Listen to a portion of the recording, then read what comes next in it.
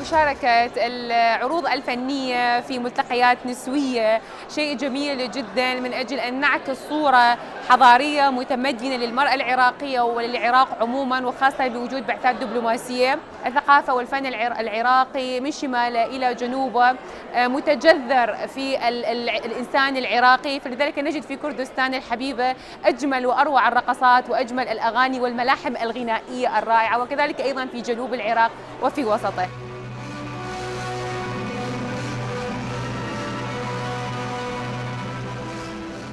اليوم قدمنا العرض مال الباليه اللي هي رقصة الفالز، وبإشراف يعني الزينة وحضورها.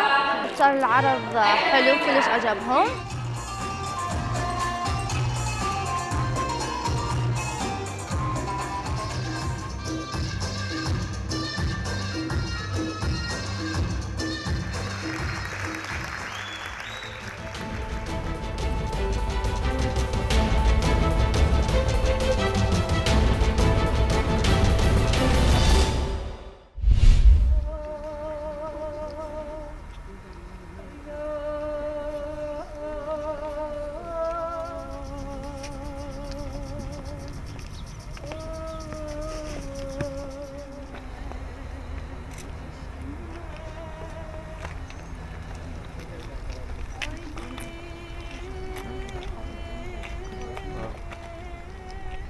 ئامان جێمە یەکەم ساڵ ڕۆژی جیانی ژنان ڕۆژی ئاشتی ژنان بوو، هەستین بە چالاکدانی ئەنجامدانی ئەم چالاکیە بۆ ئەو ساڵ ڕۆژە.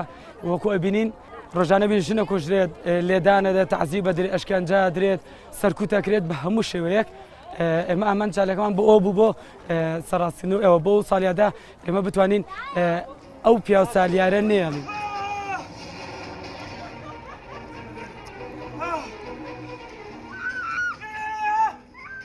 ئێمە ویستمان پەیامی ئەوە بگەێنین ڕاستی لە کارەشانۆیەکەمانە کە بەسە ئیتر توندوتیژی، چونکە کاتێک ئەقڵێتی توندوتیژی زاڵە بێ بەسەر مرۆڤەکانە دیالۆگ نامێنێت، بێگومان ئەمانە دەبێت هۆی تێکچوونی دابڕانی کۆمەڵگە بە شێوەیەکی خراپ لە ئاشتی و دیموکراسی و پێکەوەژیان.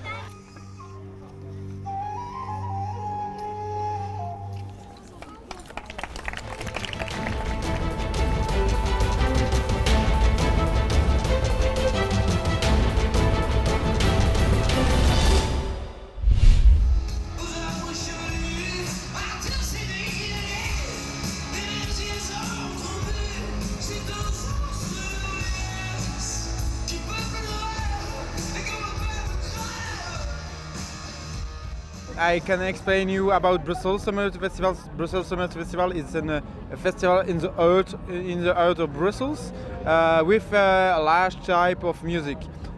Today we have a big star. It's Christine and the Queens, the French singer, and we wait a lot for it.